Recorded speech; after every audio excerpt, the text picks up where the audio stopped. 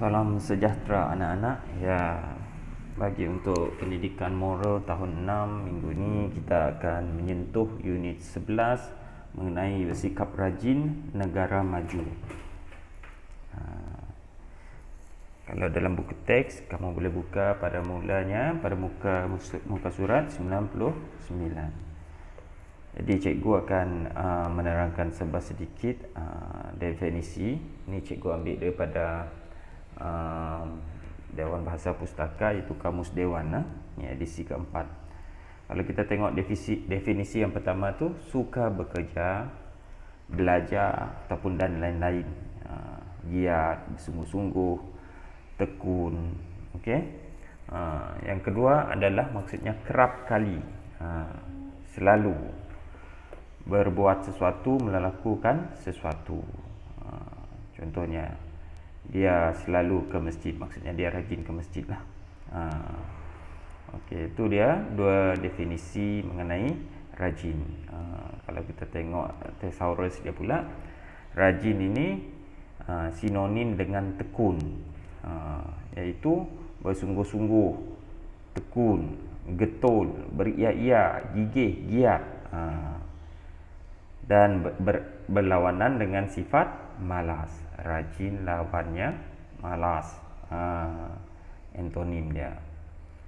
Okey, untuk definisi yang kedua kita tak sentuh sangat, sebab yang kita tumpukan adalah definisi pertama rajin, iaitu tekun, bersungguh-sungguh, beria-ia, gigih, giat. Baik, jadi kita sedia maklum, rakyat rajin, negara akan maju. Jadi setiap rakyat, setiap individu di negara kita perlu menyuburkan sifat rajin di dalam diri. Kalau sedikit saja orang rajin di dalam negara kita, maka kuranglah kemajuan negara kita. Kalau ramai rakyat yang rajin, jadi negara kita akan semakin maju. Kita boleh tengok contoh seperti negara, cikgu suka guna guna contoh Jepun, sebab mereka memang rajin. Jadi sifat rajin ni mereka dah dipupuk dari kecil. Sebab itu mereka maju. Mereka ada sifat rajin, ada kesungguhan. Yang kedua, kalau kita tengok 8 kriteria untuk maju, salah satunya adalah rajin. Dia ada kriteria yang lain, ada 7 kriteria yang lain, tapi oleh kerana hari ini kita sentuh tentang rajin, maka cikgu akan ceritakan tentang rajin. Jadi 8 kriteria untuk maju, salah satunya adalah rajin. Jadi ini yang perlu kita usahakan dalam diri kita masing-masing. Setiap orang, setiap orang, kalau hanya 1% saja rajin, tak jadi dia. Dia kena ramai. Semakin ramai semakin bagus. Jadi yang ketiga, kalau kita tengok, hampir semua orang yang berjaya adalah orang yang mempunyai sikap rajin. Orang yang berjaya, kalau kita perhatikan, siapa sahaja, baik dia seorang ahli akademik, baik dia seorang ahli perniagaan, baik dia seorang ahli sukan, baik dia seorang penghibur, baik dia seorang apa sahaja yang dia buat, yang berjaya tu adalah orang yang rajin. Kalau petani, ramai petani. Petani mana yang berjaya? Petani yang rajin. Ahli sukan mana yang berjaya? Ahli sukan yang rajin. Murid mana yang berjaya? Murid yang rajin.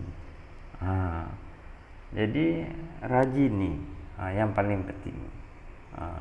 Dan perlu kita ingat, tiada benda, nothing comes easy. Tiada perkara datang dengan mudah. Semua mesti dengan gigih, dengan rajin, dengan susah payah, dengan berkorban. Jadi kita kena rajin. Nak tak nak kita kena rajin. Tapi jangan, kalau boleh kita jangan buat rajin di satu bebanan.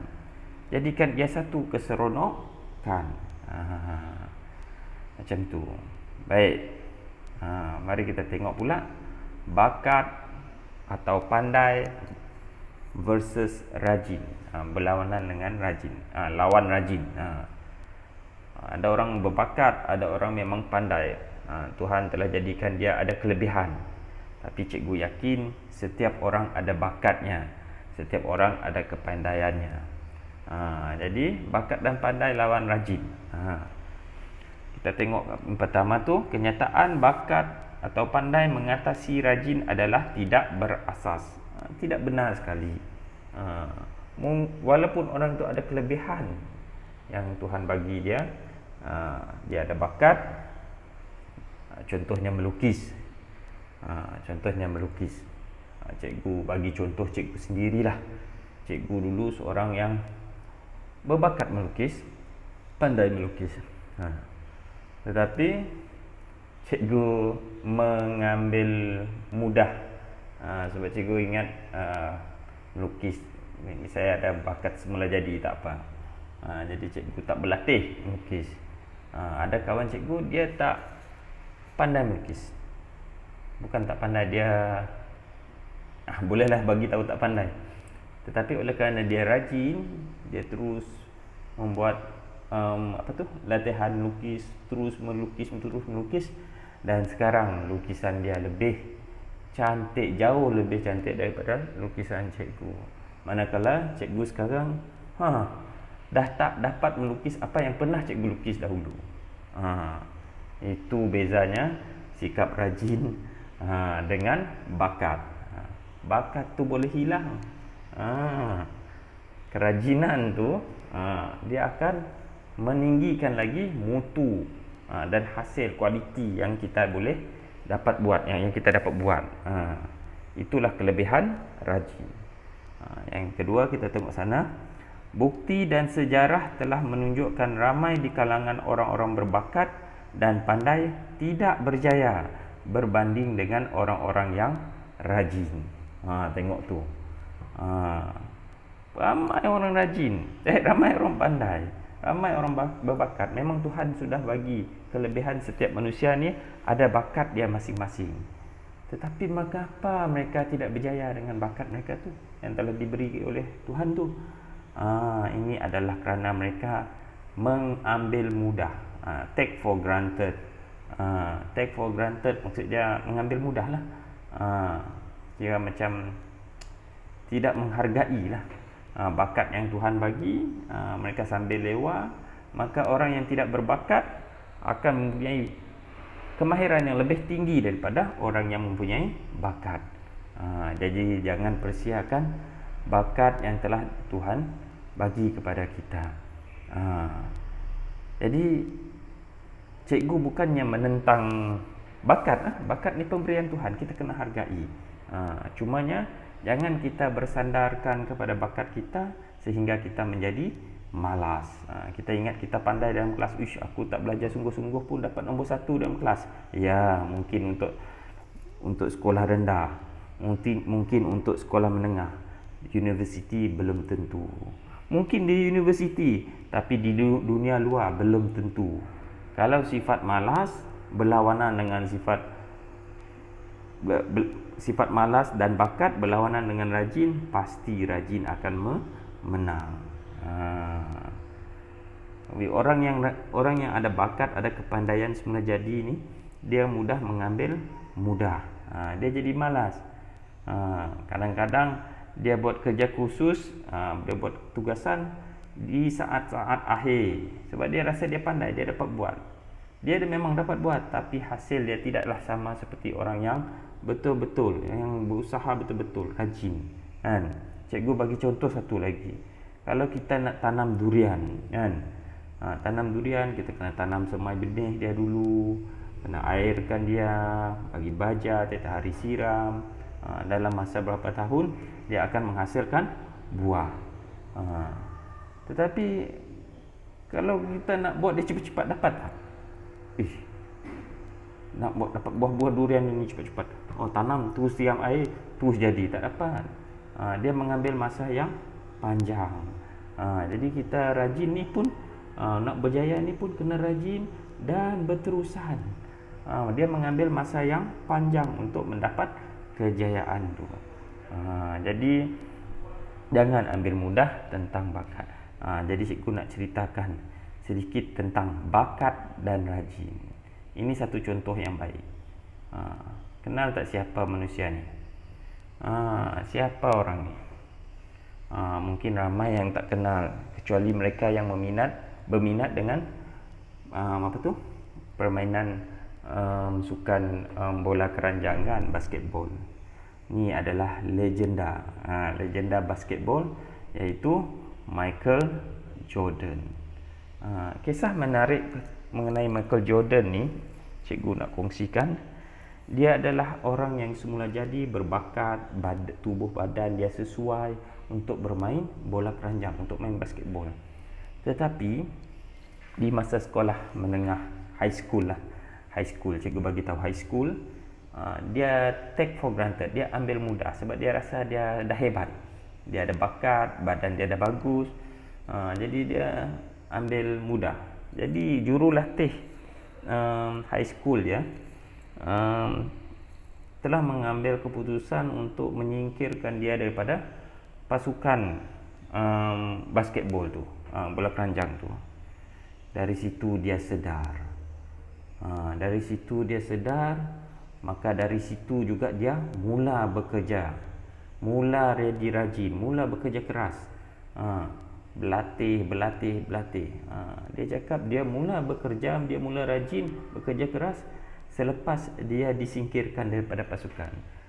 Apa yang berlaku bila dia rajin, bertambah dicampur dengan di samping dengan dia tu berbakat, dia telah menjadi legenda sekarang. Dia belajar daripada kesilapan dia. Kita semua buat kesilapan, jadi kita jangan biarkan kesilapan itu menghancurkan kita. Jadikan ia satu perkara yang boleh membangkitkan kita, memajukan kita. Kita ambil cerita Michael Jordan ni. Ada bakat, kena rajin juga, baru dapat berjaya.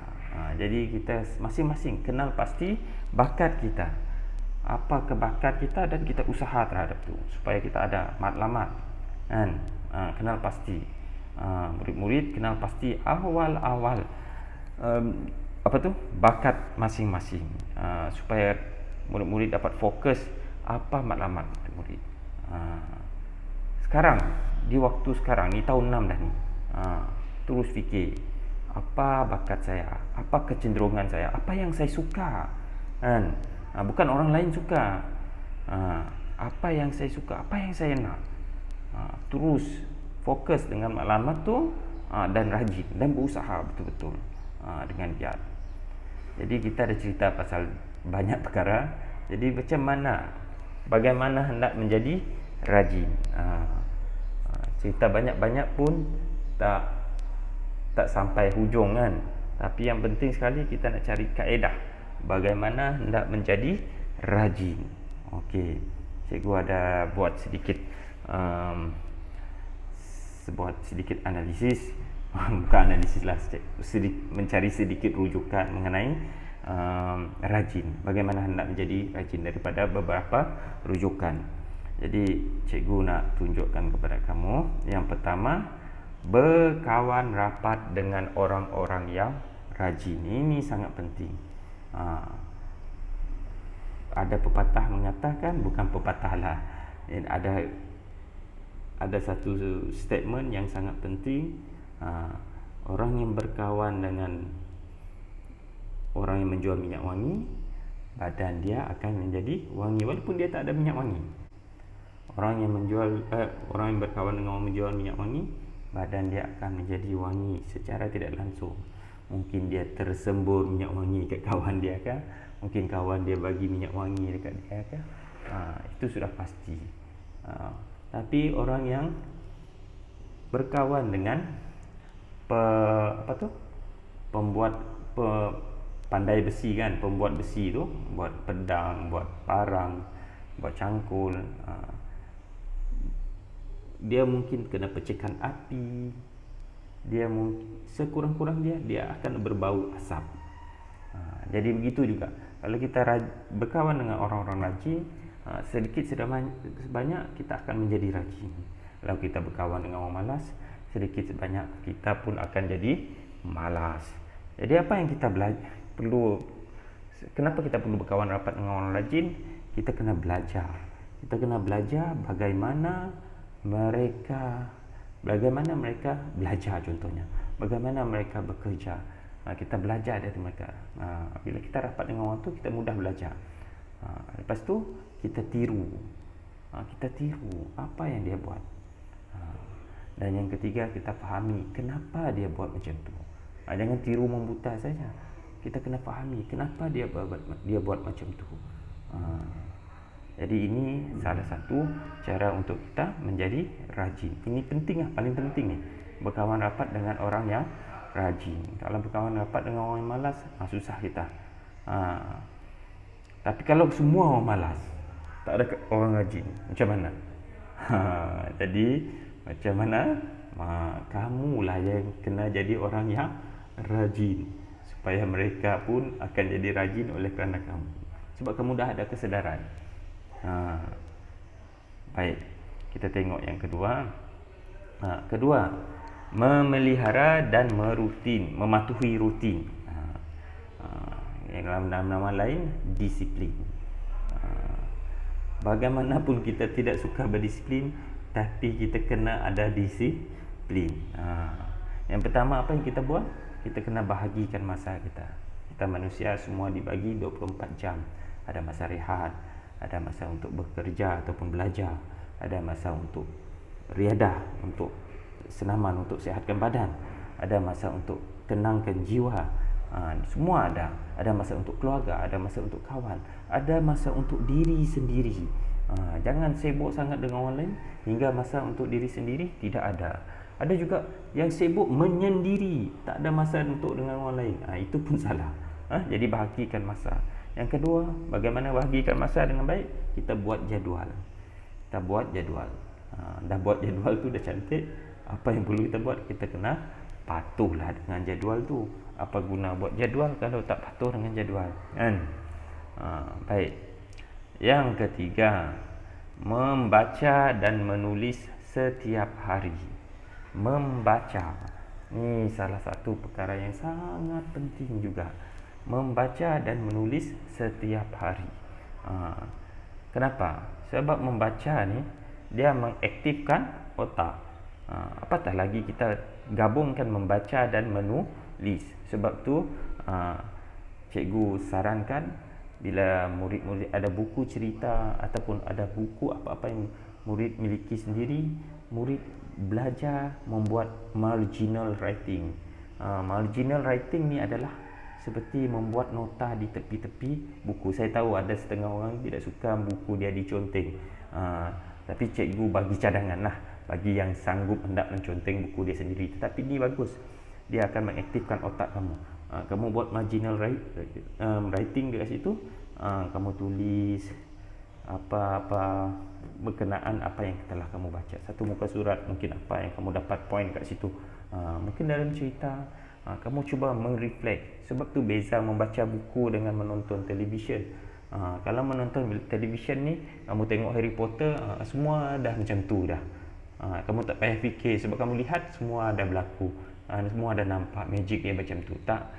Tapi berbeza dengan membaca. Sebab bila kamu membaca, kamu membayangkan. Sebab itulah dia jadi senaman kepada otak kamu. Imajinasi kamu, kan, bayangan kamu ini mengaktifkan otak kamu. Dia mengaktifkan otak kamu. Sebab itu kalau orang cakap tengok movie dengan baca buku, mana lebih banyak menarik cerita dia? Dalam buku tu lebih banyak lagi cerita dia, lebih detail lagi, lebih teliti lagi ceritanya. Tapi bagi orang yang malas, dia suka tengok TV saja.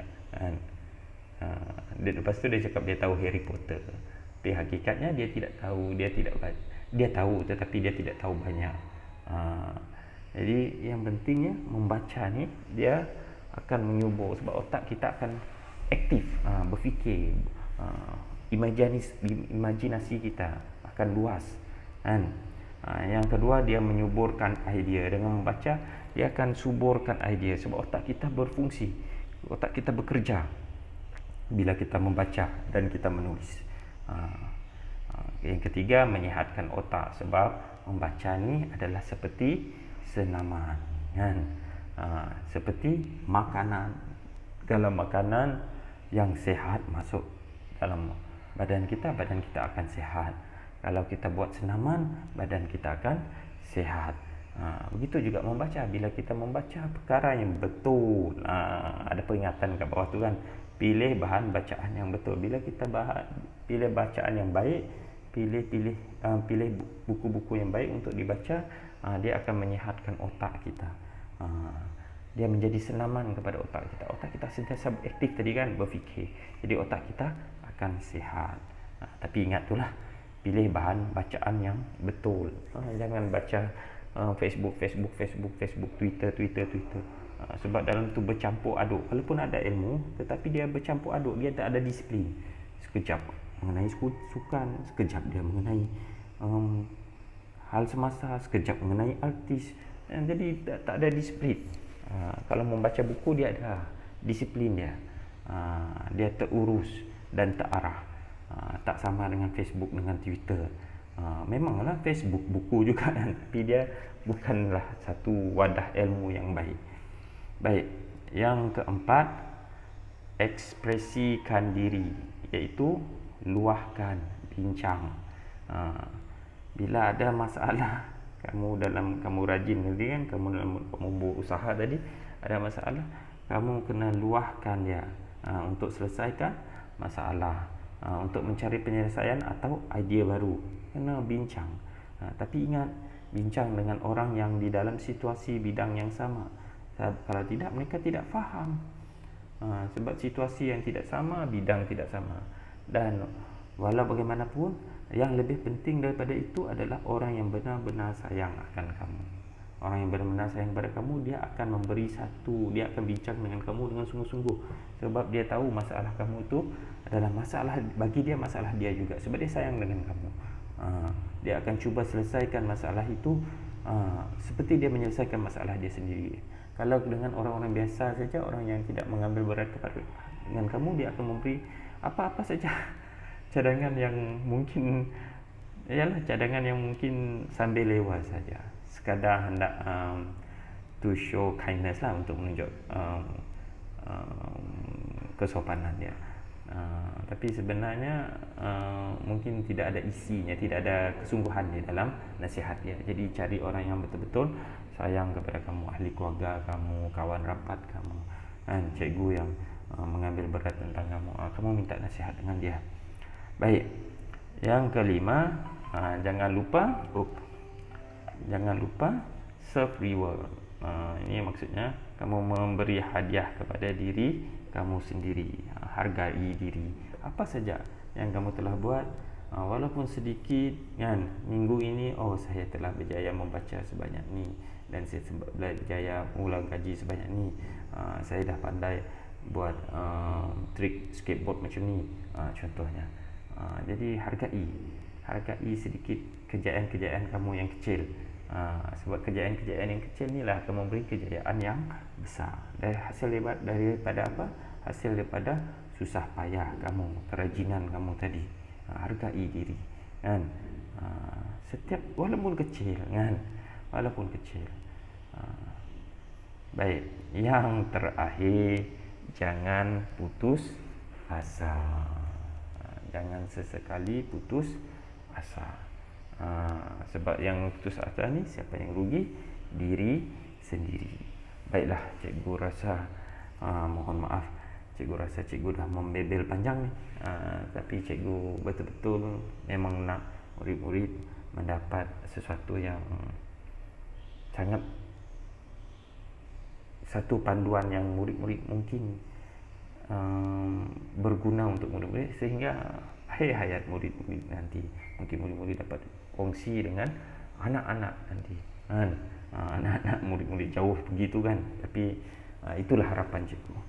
Jadi buat masa ini itu sahaja. Cikgu harap kamu semua dalam keadaan baik dan sehingga kita berjumpa lagi.